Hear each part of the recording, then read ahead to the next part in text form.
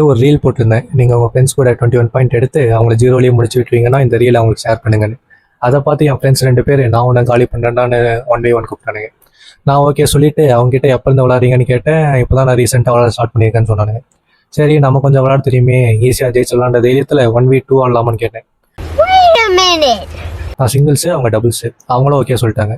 எனக்கு டபுள்ஸ் ரூல்ஸ்னு சொன்னாங்க. சரின்னு ஓகே சொல்லிவிட்டு கோர்ட்டுக்கு போய் டச் போட்டு மேட்ச் ஸ்டார்ட் பண்ணிட்டோம்.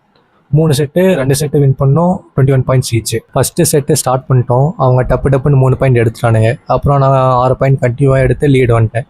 நடுவில் நம்ம நண்பர் வந்து 1v1 விளாட்லாமான்னு கேட்டார். நான் இந்த மேட்ச் முடிச்சுட்டு வரேன்னு சொல்லிட்டு கண்டினியூ பண்ண ஆரம்பிச்சிட்டோம். நான் நிறையா நெட்லேயே அடித்து பாயிண்ட் விட்டுட்டு இருந்தேன். எப்படியோ ஃபஸ்ட் செட் வின் பண்ணிட்டேன். நான் 21, அவங்க 10. அப்புறமா செகண்ட் செட்டு கரெக்டாக பேட்டில் பட ஆரம்பிச்சிச்சு. எப்படியோ செகண்ட் செட்டும் ஈஸியாக வின் பண்ணிட்டேன். அவங்க 5, நான் 21 முடிச்சு விட்டேன்.